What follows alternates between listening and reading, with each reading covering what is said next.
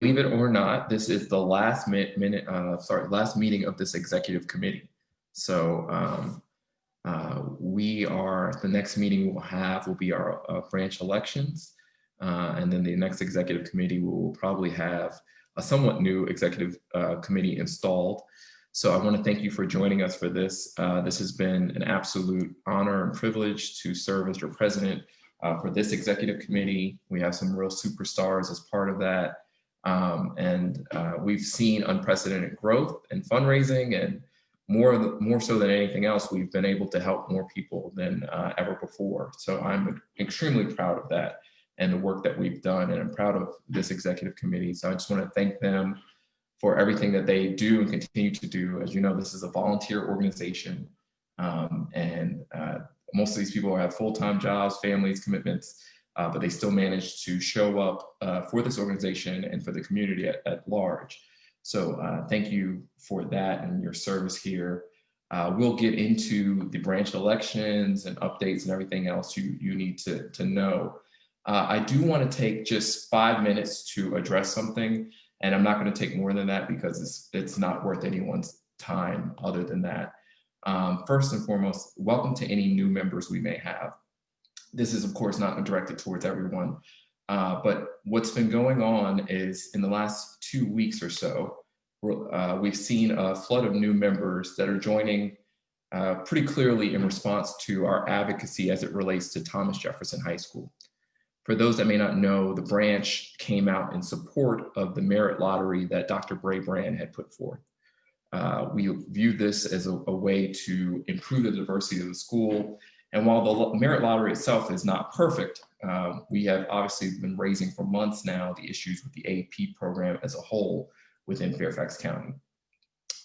As many of you know, we're no stranger to taking on controversial issues. This happens all the time, but this has been unusual in the sense that we've had people join the organization, asked to see our membership lists. Even some tonight are joining under different names and then signing off and joining under a different name as we're speaking now. And they've been, saying things on Twitter. They've joined the organization and then gone to public hearings and said, I'm an NAACP member and I don't agree with this position. So I just want to make a few things clear. We are living in a pandemic where, and we'll talk about this later, I was looking at some of the work we're doing. We gave out thousands of diapers because there are people that are going to shelters and they don't have enough diapers for their children. If your largest problem is that they have changed the admission process for one high school in your county, you should count yourself lucky. The fact that you are wasting your time taking on this one issue that the civil rights organization has spoken out to shows a pettiness, entitlement, and frankly, stupidity at levels I have never seen before. The organization itself has been in this community for 102 years. We speak on all sorts of issues. The TJ issue is one of this much in the stuff that we do. To come to this organization to harass our members and harass our chairs of different committees is totally unacceptable. And if you want to blame anyone or harass anyone, you should do me, because I'm the president of the organization and I will take full responsibility for anything that comes out of this as me as president. So I just want to make it very clear for those that may be on the line that think that they're going to somehow get in the organization and steer things. That's not how it works. And we want to be respectful for everyone who joins our organization. We love having you as members, but the organization has a very clear mission. And we are completely aligned with that mission. And I wanted to just really quickly, again, I don't want to take much time on this very trivial issue. The Education Committee, as according to the bylaws, the Committee on Education shall seek to eliminate segregation and other discriminating practices in public education. They should study local educational conditions affecting minority groups. Keep informed of school conditions, strive to correct abuses where found. Investigate the effects of standardized and high stakes testing practices. This is all part of the bylaws, shall do these things. We've also talked to the NAACP at Loudoun and in Arlington, who all are supportive of the merit lottery. We may disagree on whether or not this is the best tactic to do that. That's fine. Start your own organization. Do not come here and harass the folks here for doing good work in the community. So I wanted to make that clear. This is a place where you are to respect other people. You're not going to get a list of our membership. And frankly, if you spent any time other than worrying about getting your child into this one particular school, you would know the historical significance of trying to ask for a civil rights organization's membership list and how that would be perceived. So I wanted to make that clear. If you are a member that came here for the TJ issue, you're welcome to stay. You may learn something. You may see all the good work that we do. But if you're here to disrupt, we're just going to kick you out of the Zoom. So that's not going to be discussed here because we've already decided it. Again, you can look at our bylaws. The only people that can set the policies for the NAACP is the executive committee with endorsement from the membership, period. So you joining as a member and then speaking out in public that you're against what they're doing means nothing. That would be like me joining the NRA and saying, I don't like guns, so now this is official NRA position. That is, of course, absurd. So I just wanted to take that time to make that very clear to people. Again, welcome to stay. Love having you here. But we're not revisiting the TJ thing. And the TJ thing is like this on our list of agenda. There's too many important things going on. There's too much suffering going on in the community, and you should be ashamed that you would harass people over something like this. So with that said, I'm going to move on. But I wanted to address that because I just couldn't believe that was happening.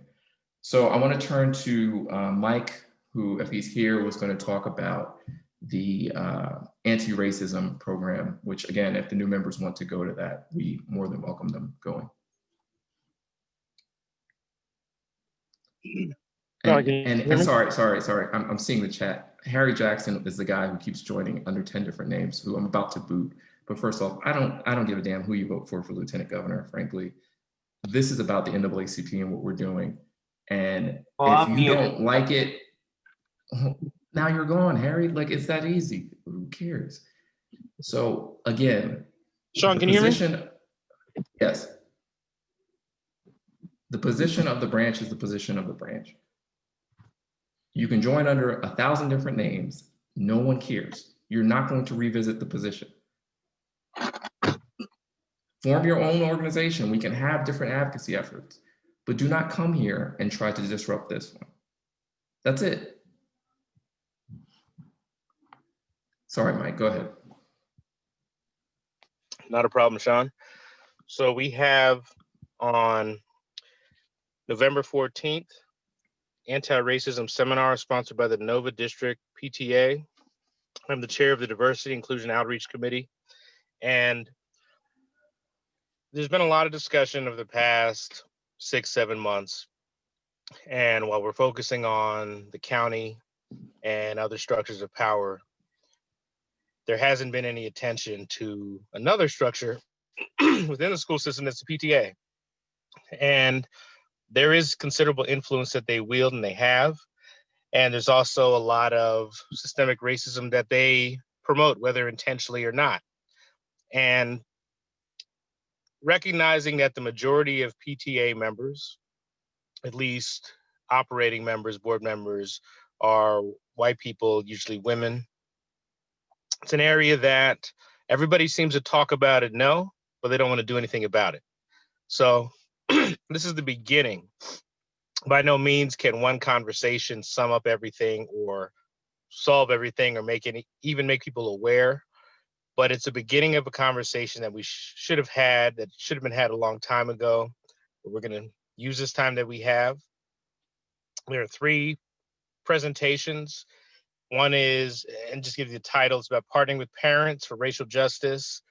It's ending tracking and other discriminatory practices in education, and the trauma of racism. And for those who've had some exposure to trauma, the research and studies behind it, something called the adverse childhood experience, known as the ACE, And that is essentially a diagnostic where people, by answering those questions, they indicate how much trauma the level of trauma they've experienced to a certain point of their life. Adults can take it and have high ACE scores. Kids take it, have high ACE scores. And where it plays into schools in particular is a lot of kids who are treated as behavioral problems, disciplinary problems. A lot of times they've been traumatized, and the harsh and disproportionate discipline that they're subjected to is re-traumatizing them.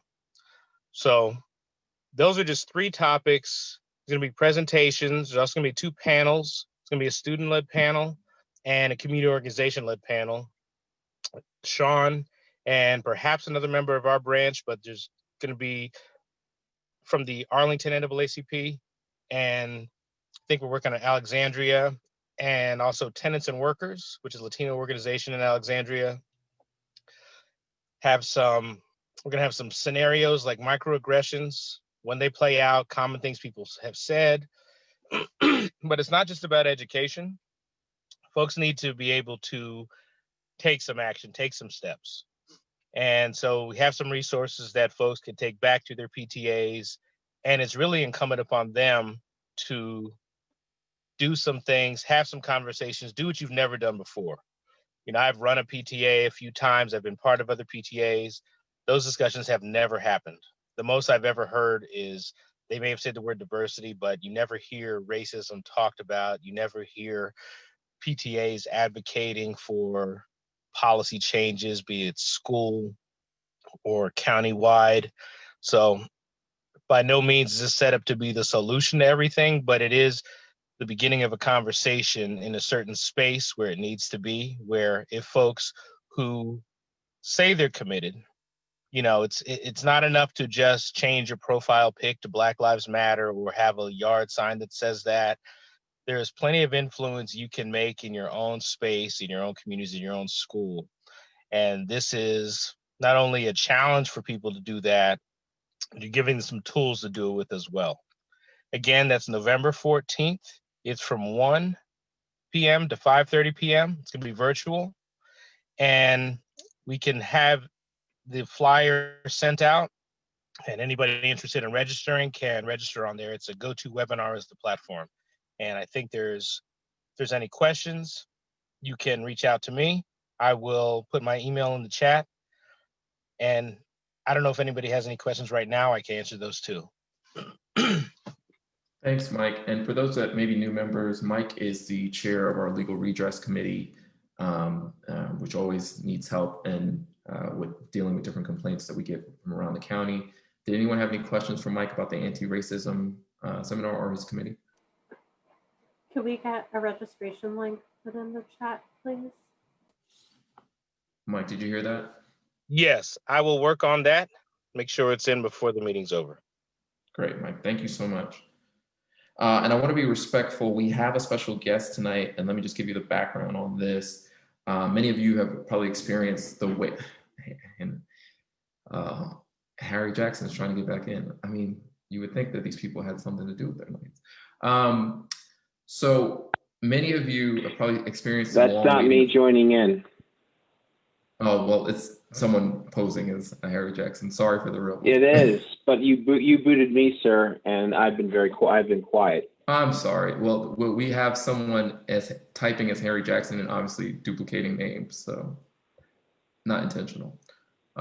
So back to what I was saying.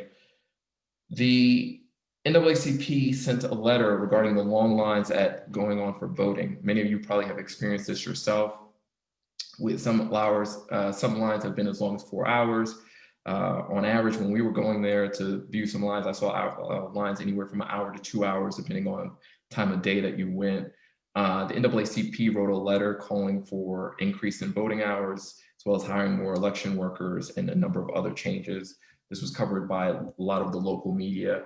And I'm happy to report that as of, I believe, yesterday, Thursday and Friday, they have extended the hours to be longer to accommodate that. And the reason we're doing this is because obviously we don't want people to come to line, feel that it's too long, and then not vote. And we don't believe this is intentional voter suppression, but it is concerning nonetheless. And we have on the line with us Bettina Lawson and Karen Campbell. And I'll kick it off to you two if you're on, if you two want to lead that discussion as it relates to voting.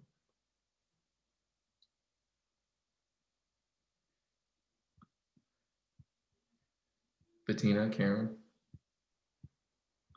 Thanks, Sean. Hi, my name is Karen Campbell, and I'm the Political Action Committee Chair for this branch. And I'm here today with Bettina, who is the Vice Chair for the Fairfax County Electoral Board.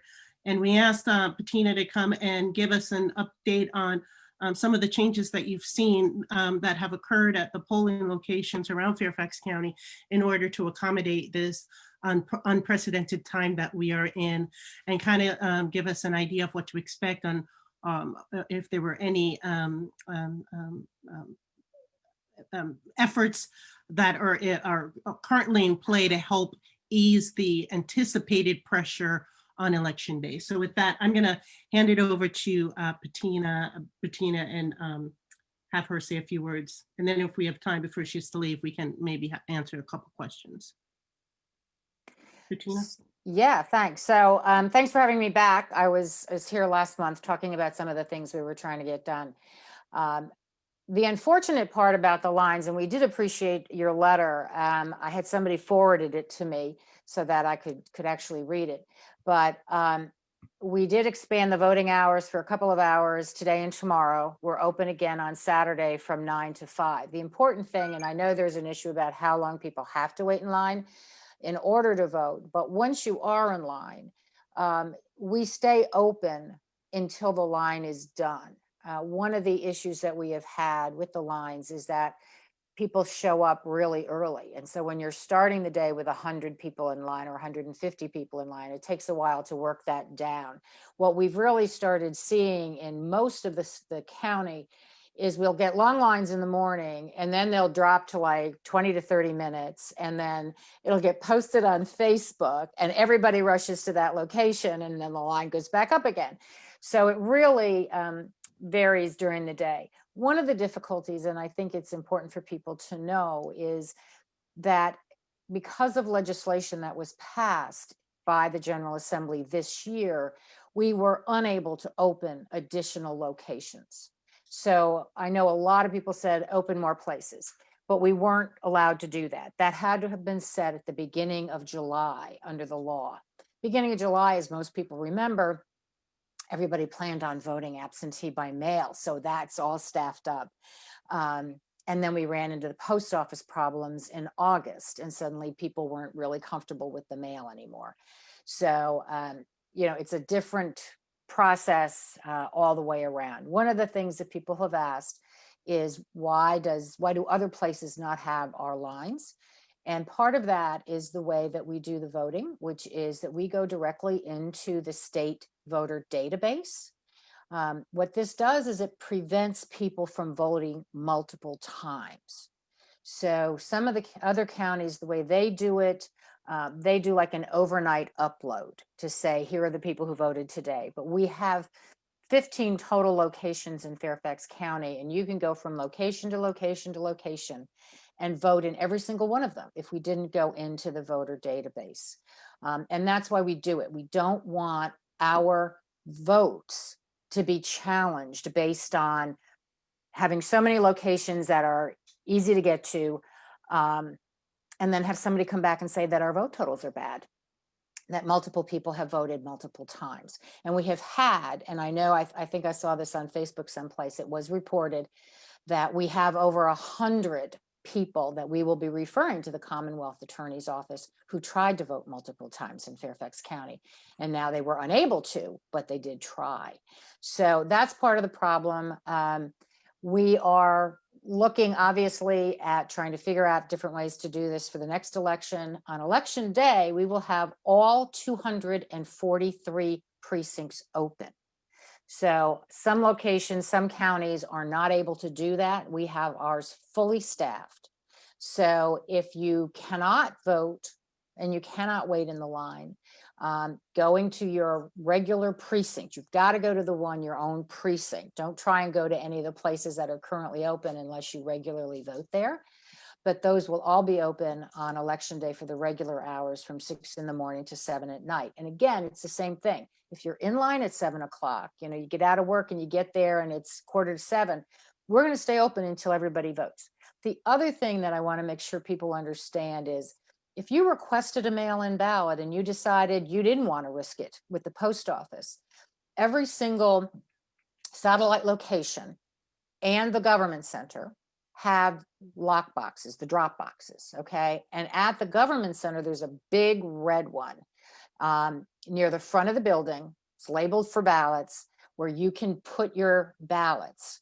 Put them in the envelope, sign and fill them all out. Don't put just the ballot in. We can't count that. But, and that one, the big red one outside the government building is open 24/7. It's under surveillance, video surveillance. So you can go any time of the day or night and drop it off there. On election day, it's going to be the same thing. Every precinct will have a lockbox.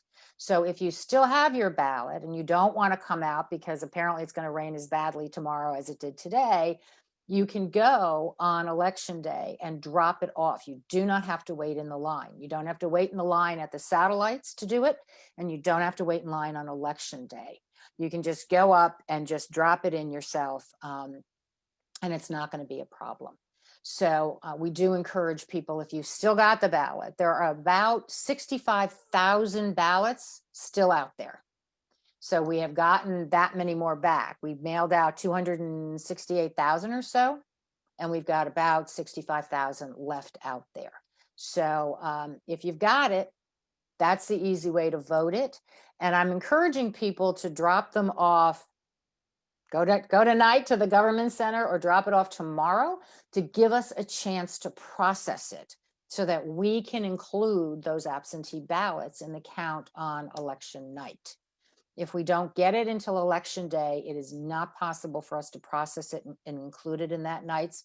And because of the problems with double voting, if we don't have it in hand by Saturday, we can't count it and declare it on election night. And it's really important from, I think, all our perspectives to make sure that we have the most votes counted and reported on election night. Now, the one thing that came out today that I wanted to make sure your members knew about, because this is a change from what it was, there was a court decision yesterday. And so we got an alert from the State Department of Elections this morning to tell us that on the mail-in ballots, if you still think you want to mail it in, and I have to say, as a personal opinion, not as the vice chair of the electoral board, don't mail it in. If you haven't mailed it in now, don't do it, because your chances of it not getting to us in time are pretty great, given the delays that we're hearing about. We've got great relationships with the Merrifield Post Office on getting our ballots to us, but you never know where it's going in the meantime. So the difference is this. The statute said you had to have a postmark, and it had to be received by noon on Friday, in this case, November 6th. And there was a guidance that was put out that said, gee, if you don't have a ballot, we're still going to count it. Well, the court said, no, that's not what the law said. And so the new rules that came out this morning say, if there is no postmark on your ballot at your envelope, that we can review the barcode. There's a barcode on that ballot. We can review that to see if it tells us that the post office got it in time, but that's not necessarily going to be recorded. It depends on the post office processing all of them and doing what they need to do. So that may not happen. But if it does, if the barcode says it was in the post office on or before Tuesday, then we can count that ballot, even though there's no postmark. If it doesn't clearly show that, we can't count that ballot. So if the postmark is illegible, then we do the same thing. We review the barcode, see what it says. Again, if it shows that it was in the post office on or before election day, we can count it. If it doesn't, then we have to look at the B envelope. The B envelope is the one that you fill out, and you are supposed to sign and date it. And so if it is signed and dated on or before election day, we can count it. If you didn't sign or date it, you didn't date it, we can't count it. So those are new, different rules than we had. They came out this morning. But you can bring your ballot back and turn it in on election day if you haven't voted it. And once you check in inside, they will take it, they will spoil it, void it, whatever you want to call it. They'll give you a new ballot and you can vote it and run it through the machine. So bring it in, put it in a lockbox, bring it in, have it voided, vote on the machines. All of that will be available on election day. Bettina, thank you so much for that information, which I'm sure everyone found extremely helpful. How long do we have you? Because I want to be respectful of your time. I know you. I've got to get off in about 8 minutes. Okay, so we'll take some questions. I had one question. I know a lot of the wait times are due to COVID restrictions. We don't know when COVID will be gone. Will there be an audit after this election to see what can be improved for the next election cycle? There definitely will be. We've been talking about doing sort of an after action on this to say, how do we restructure this? Because we can't have it. And I think you're absolutely right to be concerned, Sean. COVID's not going to go away, and we have to be ready for next year's elections. Were there other questions? Just raise your hand and then I'll try to get to the questions. I know I saw some in the chat, but is it Arona? I don't know. Say it right here. Go ahead, unmute, and you can ask your question. Yeah, it's Arona. Thank you. You mentioned looking at the B envelope and seeing if we signed and dated it. Do you do that for all the ballots or just the ones that don't have the clear postmark on them? That's part of our processing. We do that for all of them. Under the new law, if you have not signed it, you have an opportunity to cure that. And we will send you a letter that says you got to get in by noon on Friday to fix it. We've had about 1,500 B ballots with problems, and about 625 or so people have already fixed them. And we're waiting for the others to come and contact us. Other questions? Oh, Heather. And when I say raise your hand, I mean there's an option to do a hand raise that I would see it. Go ahead. Yeah, I usually see that. I don't know why I don't see it. Okay. But so I just literally raised. I saw you there.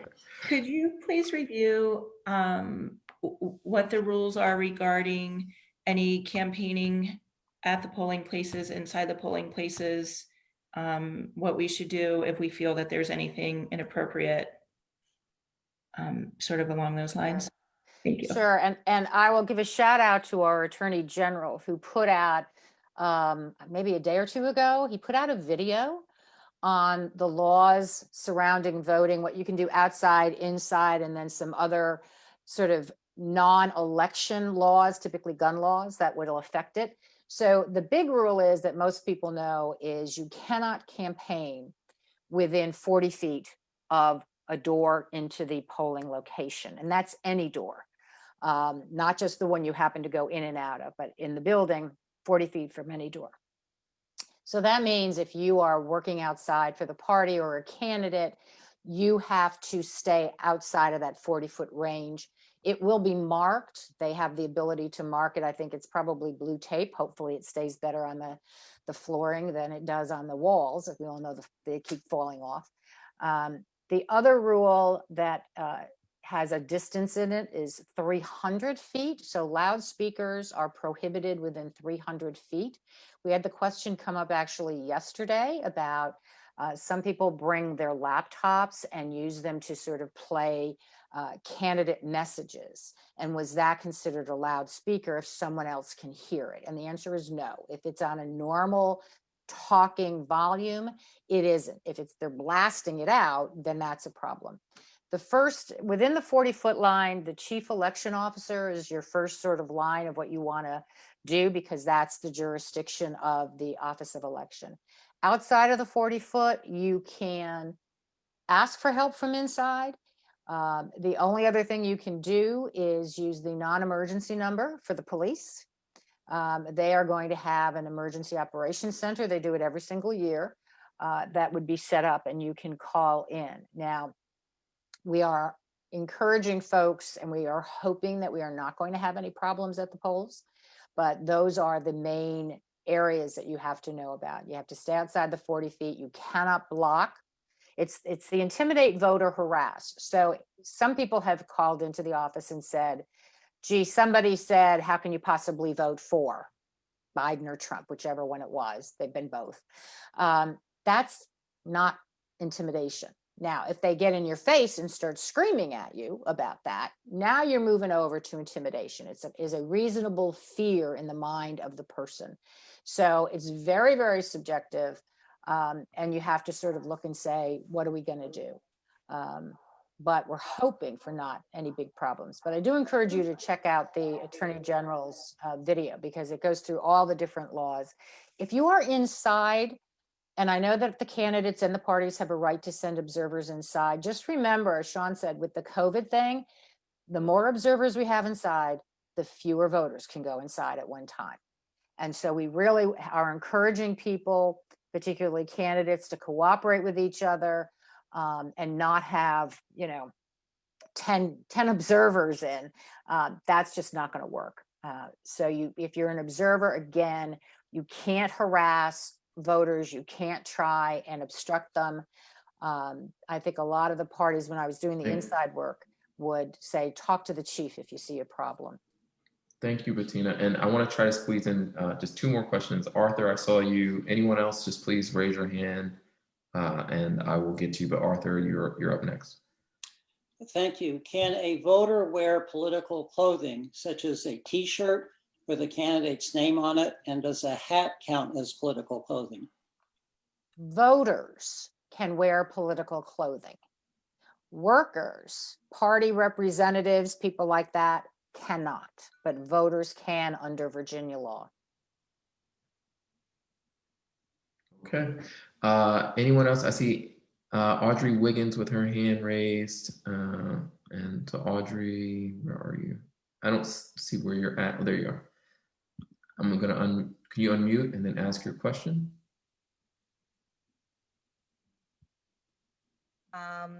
See if I could get a clarification from something that was just said. So if a candidate sends an observer, that is someone who is officially representing the candidate, correct? I mean, I couldn't show up at the poll and just declare myself a candidate's observer, right? Okay. No, you have to have a permission slip in order to get inside. So this is not something, and I know that Trump encouraged his voters to just sort of go and observe. That is not happening. You have to have a signed permission slip. You have to, if you have it, if you're a party observer, my understanding is it's going to be signed by Susan Swecker, who is the head of the DPVA. If you're there for a candidate, the candidate has to sign it, or I suppose the chief of staff might be able to, but we have to be able to identify it as a valid permission slip, or you will not be allowed in. And if you come in and you are obstructing the votes, you will have to leave. I see Arona has her hand up, but I know she got to ask a question already. Does anyone else have a question? If not, we'll close it with Arona's question and then move on. Okay. All right, you're on, Arona.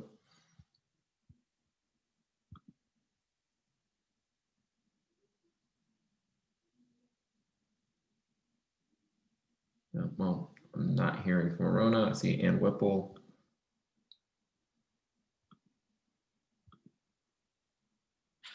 Oh, sorry about that. Hey, can you hear me? Oh, shoot. Now we're talking over each other. I'm sorry. I'm sorry. I just couldn't unmute earlier. I was just wondering if there's a problem with our ballot when we've dropped it off, how does the election board get in touch with us? So if there is a problem on the B envelope, when you put it in you got to put it in the security envelope, put it in your mailing envelope. If it's that there is no signature or something that can be cured, we will send you back. Unfortunately, at this point, it's going to be a letter. We do not maintain emails in our system because our voter lists can be subject to FOIA. And so we don't keep that information. We can't email you.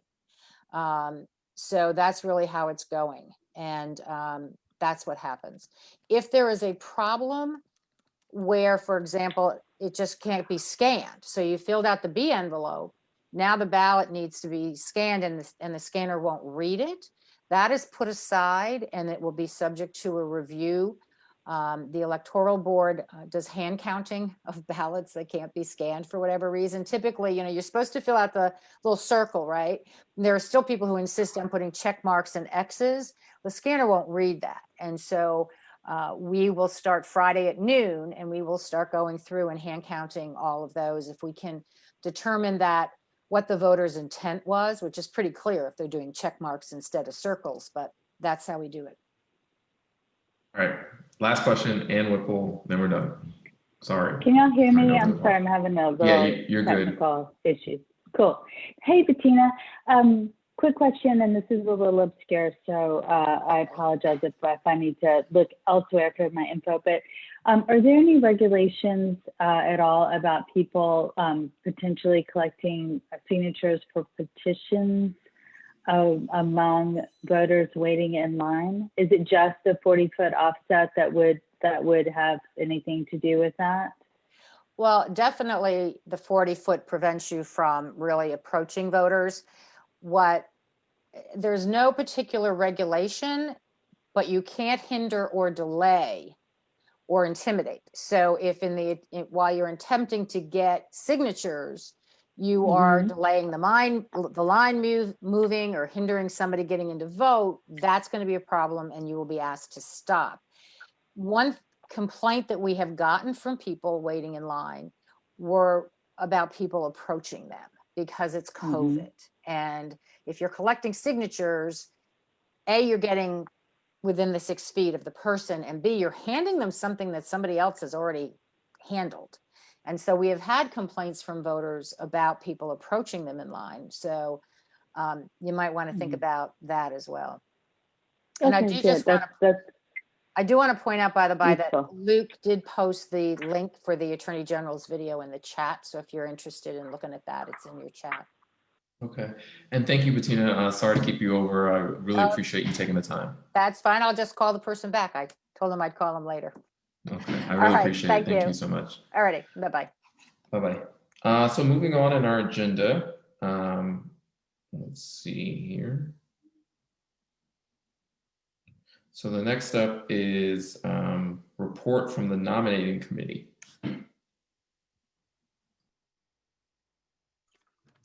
Hey, Sean, thanks. I'm assuming that's me. That is you.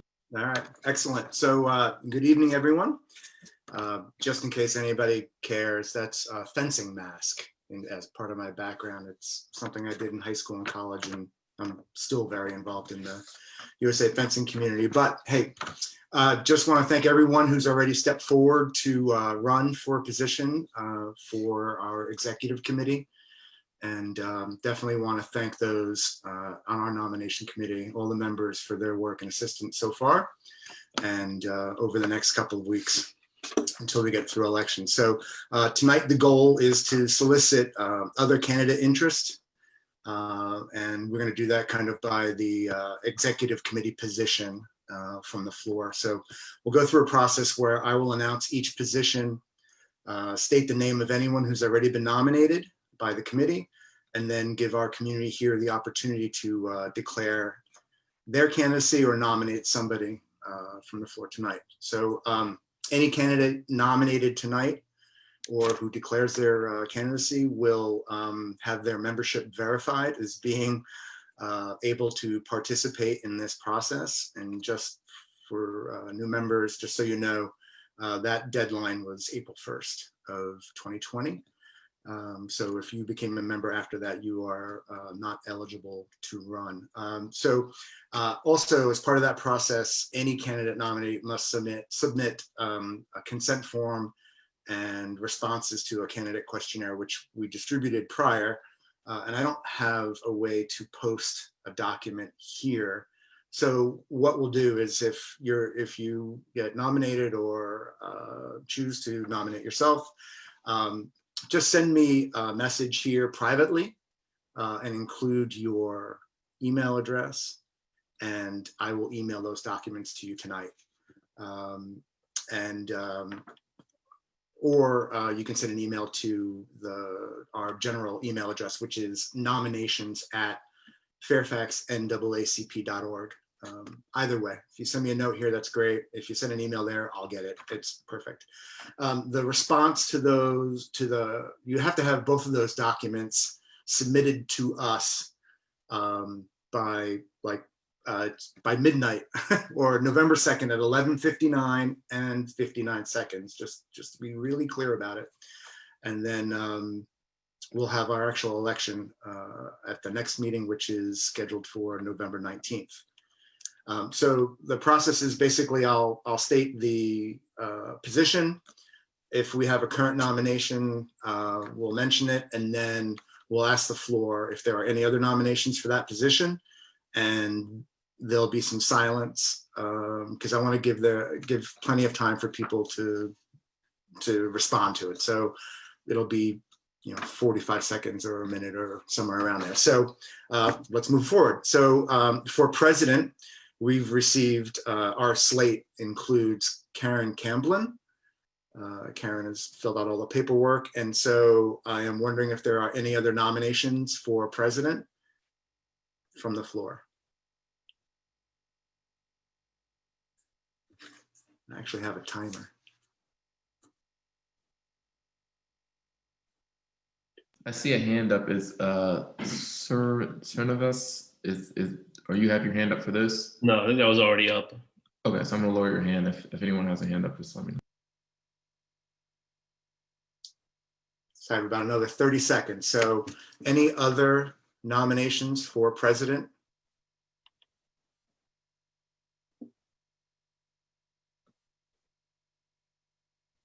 I was told I have to let it go for this long. So patience is a virtue, they say.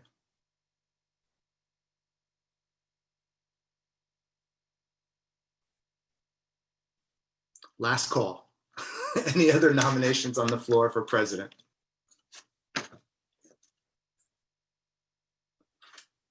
All right, I'm going to call it. So I'm going to reset my clock. For first vice president, our current slate includes Michelle Leet. Are there any other nominations for first vice president from the floor? And if for some reason you can't unmute, type something in the chat. I am monitoring that.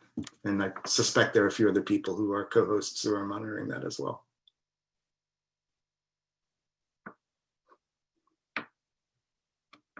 So first vice president, any other nominations for first vice president?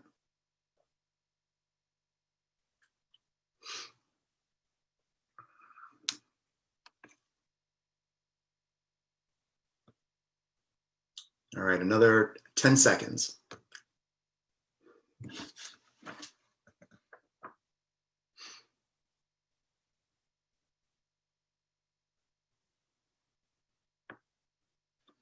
Okay, so we're going to move on to second vice president, and our current slate includes Nikki Zimmerman. Are there any other nominations for second vice president from the floor?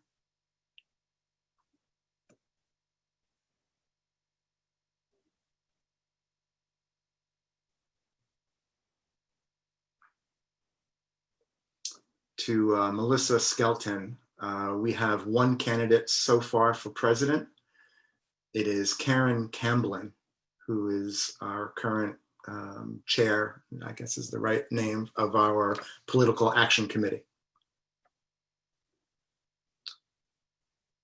Are there any current nominations, any nominations from the floor for second vice president?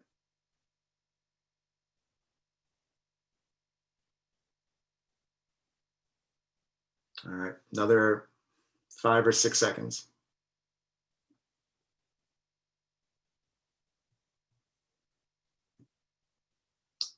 Okay, so third vice president, we actually do not have a current, our slate does not include a candidate. Are there any nominations for third vice president from the floor? And I see in chat that Audrey Wiggins has nominated Dr. Sujatha Hampton for third vice president. I have that. And second, look at that. Are there any other nominations for third vice president from the floor?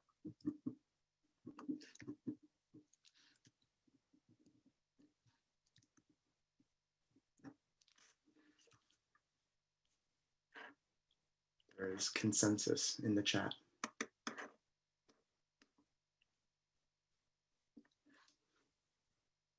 Another 10 seconds.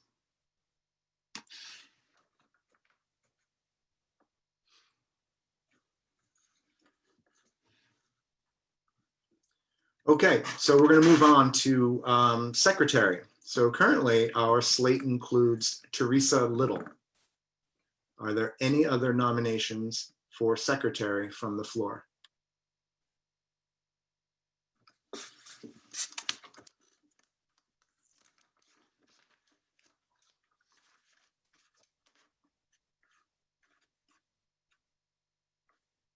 Second call.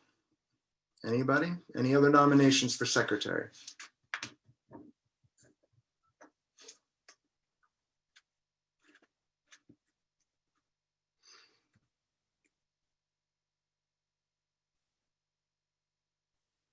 All right, another 8 seconds or so, and we'll move on.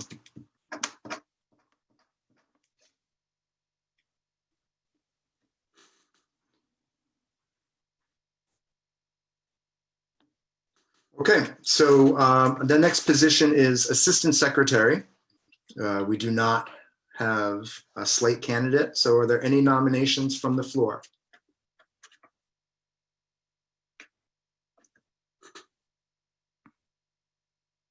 Any nominations for assistant secretary on the floor?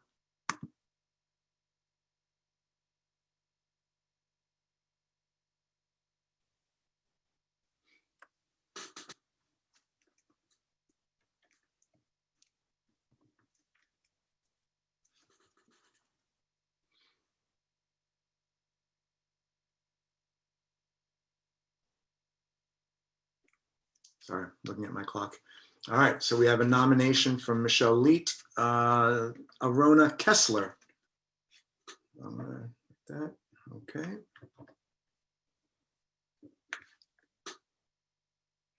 Another 5 seconds. Any other nominations for assistant secretary from the floor?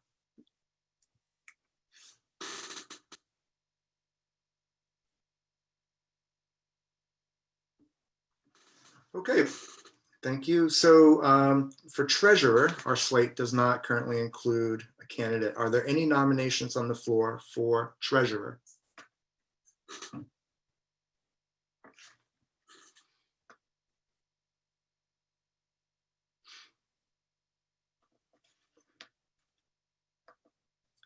We have a nomination in chat for Amy Marlowe for treasurer.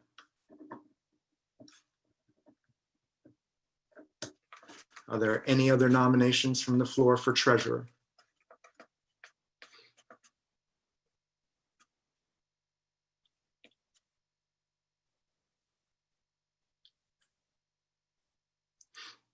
All right, another 5 seconds or so. Final call. Nominations for treasurer.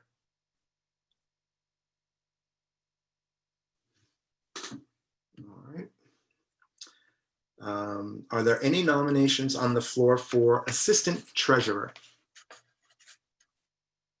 We do not have a current candidate. Are there any nominations for assistant treasurer on the floor?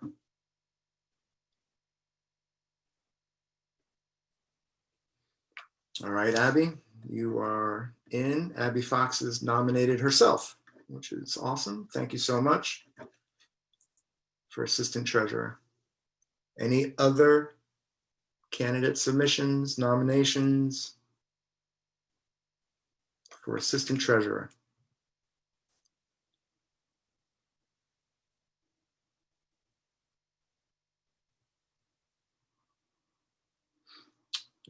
5 more seconds or so, I guess.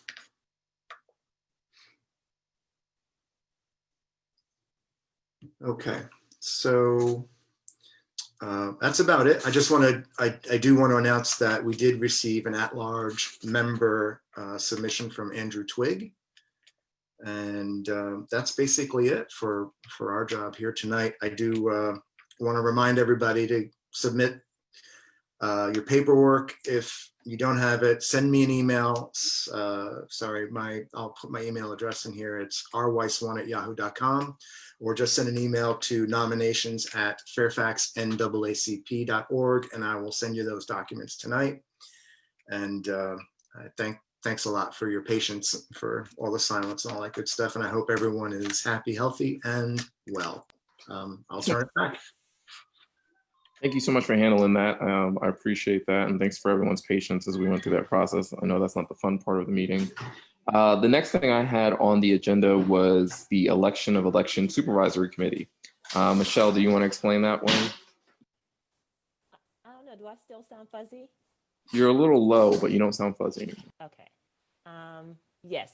So normally we do this in person. We have our election in person in November, and we have to book a room, and we have to make sure that tables are set up and the ballots are printed and all that.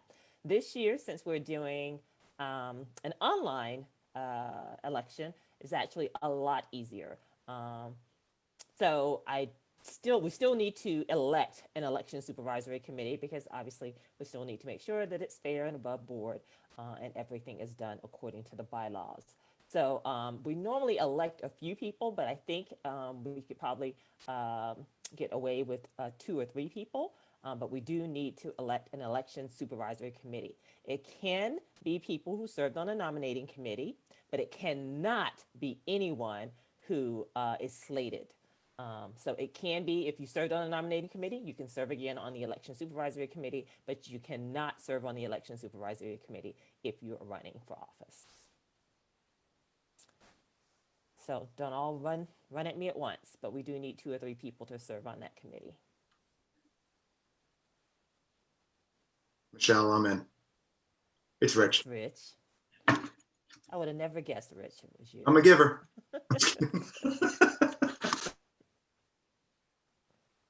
Someone want to join Rich so he doesn't have to do all the work by himself, toiling away over that electronic ballot. I see Maria's volunteered. Excellent. Excellent, excellent. Got it. So I think we only need 2 people, right? Yeah, that's fine. All virtual, yeah. What's Maria's last name? That was Maria Worthing. Thank you. Perfect. That's all I have, Sean. Awesome. We'll move right along. The next on the agenda is the Education Committee update by Dr. Hampton. And then after that, we'll have an update on diaper drive if Linda's available. If not, I'll give it if she's not.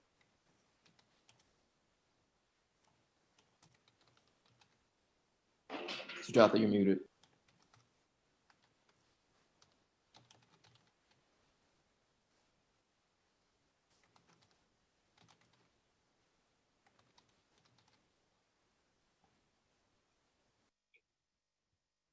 You're unmuted. Thank you. Okay. The thing that is taking up all of the oxygen in the room is the TJ conversation. And you all, I think that many of the people who have just joined are fully steeped in that. I have told my education committee a lot about what we're trying to do. We did put our position out that was, of course, in favor of the merit lottery. Dr. Brabrand put out a position on the 15th. He's updated it a couple of times, and he had to turn something into state on the 16th of October, I believe. And there's another public debate on November 17th, a public comment period.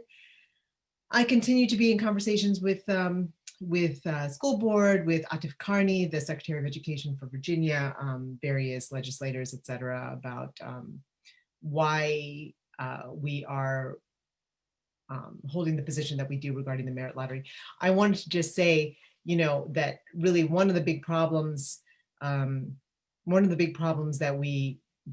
we find is that TJ tends to take people from only one particular part of the county, which is, of course, it's a public high school, it's a public good for all of the county at least. And there are ways to do that, but one of the best ways that they do that is to actually look for people specifically in those places. And one good metaphor that we could all think about is, like, for example, if you want to get into, say, Harvard, most of the people that will be applying to Harvard are coming from the Northeast.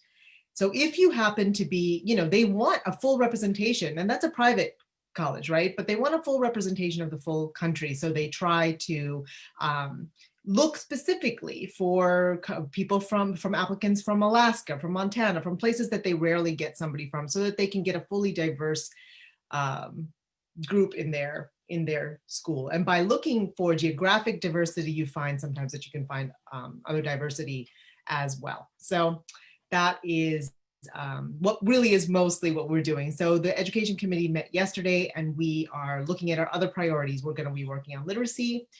We're going to be working on mental health, especially in the time of COVID. What are the mental health supports that we can do, and continuing with other aspects of our priorities, which you can find on our website. It's up there, and our Facebook page as well. And that's really all I have to say. There's nothing more. Pretty much TJ is all that's happening right now. That's it, Sean. Sujatha, did you want to say anything about potentially looking at the reopening thing? I do want to do that, but I don't have any numbers yet. I'm getting some funny information from that there may be some issues with what Dr. Brabrand is reporting in his town halls, and perhaps information that we have regarding the numbers, the COVID clusters. So they had a pilot program of 17 schools that they were having some special education students coming in and various kids coming in a pilot. And 4 of those schools have already reported COVID clusters. And that's at least what we've heard. And we're hearing that a lot of support staff, which are very often African-American people, that the numbers are perhaps higher. There is some reason to believe that the numbers are higher than what we're hearing. So we need to get more data before more information, but I would like the branch to put together a statement on reopening that is informed with some metrics that we could expect that that would be met before we ask people to put themselves into a difficult situation. We have a lot of teachers on our education committee as well that are they're scared. Of course, they're working 10 times harder than they ever have to be doing virtual learning. So it's not that they're not willing to work. They're very willing to work, but we can't be putting people into a situation which is unsafe. And so we need to get some information, Sean. And once we get some numbers and to know exactly what to ask, then I do believe that we should put together a position from the branch. Sounds good. Okay, I definitely think that's something we got to keep an eye on. So I appreciate you for that. Is Linda on the line? Linda Cook? No. So if Linda's not on the line, I'll just briefly give people an update. We did a diaper drive on behalf, I believe it was on behalf of Shelter House, who we've also sent some money to recently, I think as much as $3,000 for the efforts that they're doing. Obviously, in the midst of the pandemic, they have been overwhelmed with the number of requests and people in need. But we were able to send 5,312 diapers on behalf of the branch to the organization. And we're still taking more diapers. This is one of those things where people often send canned food and other goods, but they don't send some of the stuff that would be needed for babies and whatnot who may come to that to need help. So if you want to, we're collecting this until the end of the month, which I know is this weekend, but I'm sure they'll take some into next week if you'd like to give. And this is hugely helpful. So someone said, Arthur, where did you send the diapers? Oh, we sent the diapers to Shelter House, Arthur. So someone asked where we sent them to. So, and again, these diapers are coming from the NAACP on behalf of Shelter House, and we can always use more.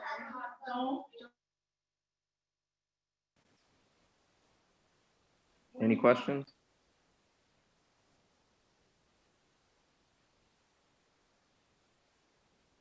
Okay, so let's turn to the Political Action Committee report.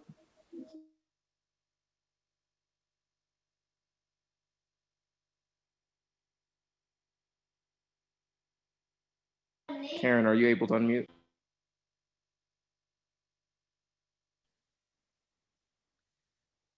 Okay, can you hear me now?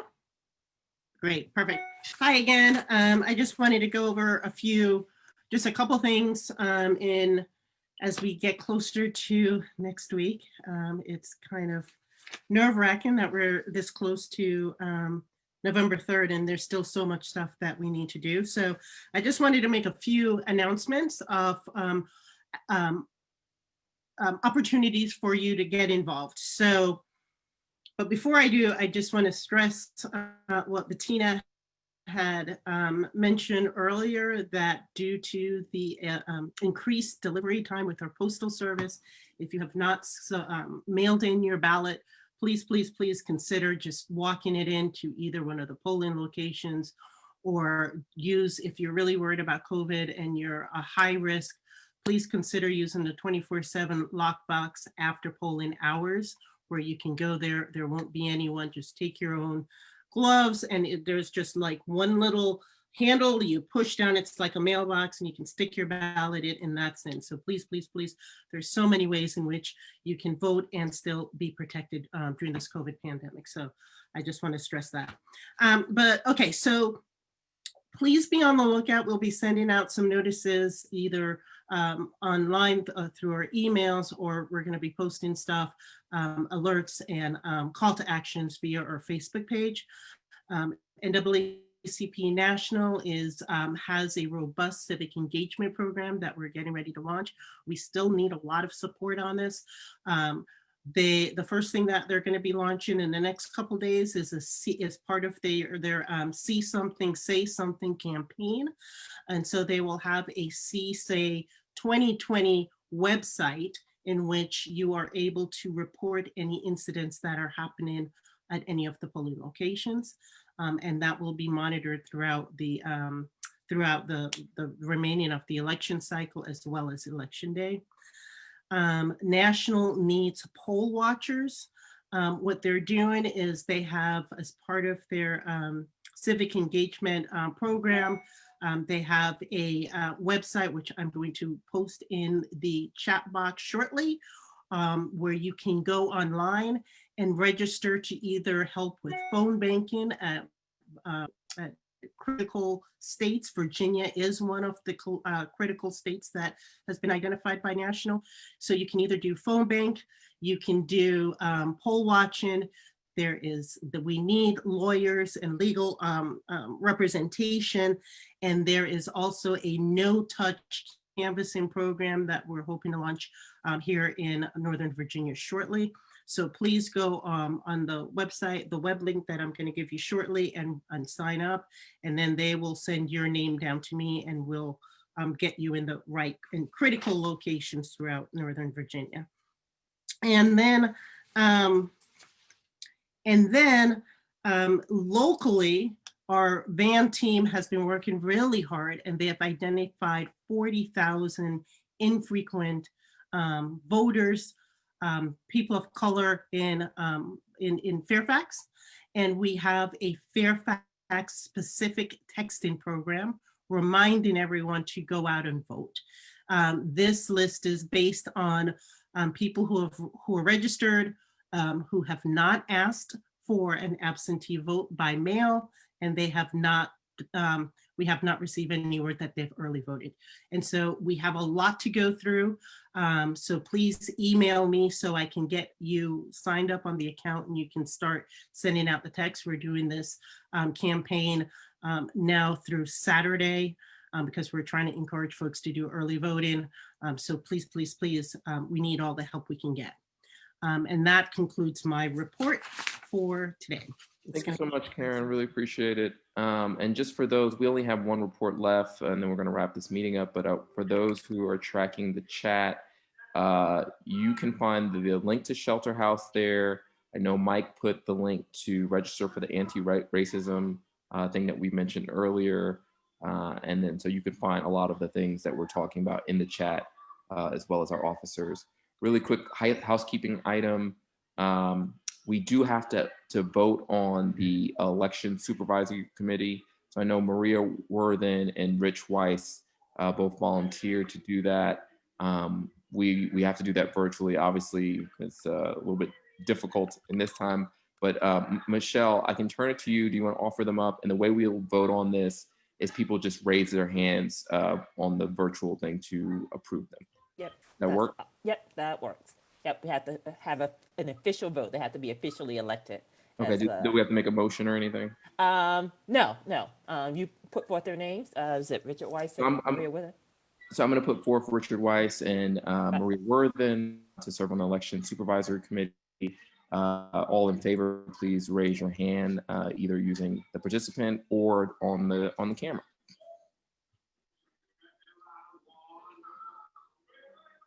It's just to approve them. Opposed? Anyone opposed? Please put your hand down if you are.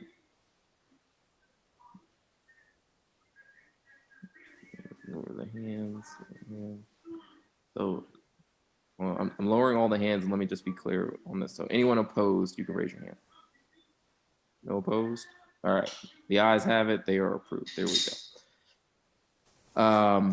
Thank you for participating in that. And then finally, our final report of the evening of the last meeting of our executive committee is the housing report. And if there's anything I missed, please just chat me from the executive committee. But otherwise, we'll close on the housing report.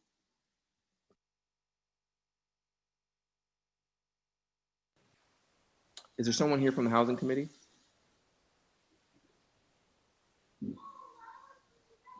George, are you raising your hand? I think I have to give him permission to unmute. Hold on. There we go. There you go. Am I unmuted now? Thank you. Sorry, Mary couldn't be here tonight. She had a conflict that came up at the last minute. Last time we reported on a project related to tax assessments and whether there's equity in tax assessments. Since the last meeting, we've met with the representatives of the county and given them roughly the same presentation we gave to you guys with a little more data, information about the data need. That included the CFO and chief equity officers right on down to the people who do the assessments. They're working with us very eagerly and will be giving us data. They're now reviewing a more formal proposal of the data we would need. So that'll be ongoing and we'll get back to you. The second thing is the county as a report has been pending on fair housing, and that should be out within days. We're still waiting for that. We will review that and comment on that. On rent relief in the state, there's nothing from the federal government at all. Fairfax County still has some funds from the CARES Act. The federal eviction moratorium has a lot of holes, and the state does not have a moratorium. But they do require that landlords exhaust all means for rent relief with tenant before they evict them. So if you know someone who has those problems, you might want to give them that information or ask us again and we can get that information to you. And that's all we have for tonight. Thank you very much. I like it, short and to the point. Anyone else have any other business they wanted to raise before we closed?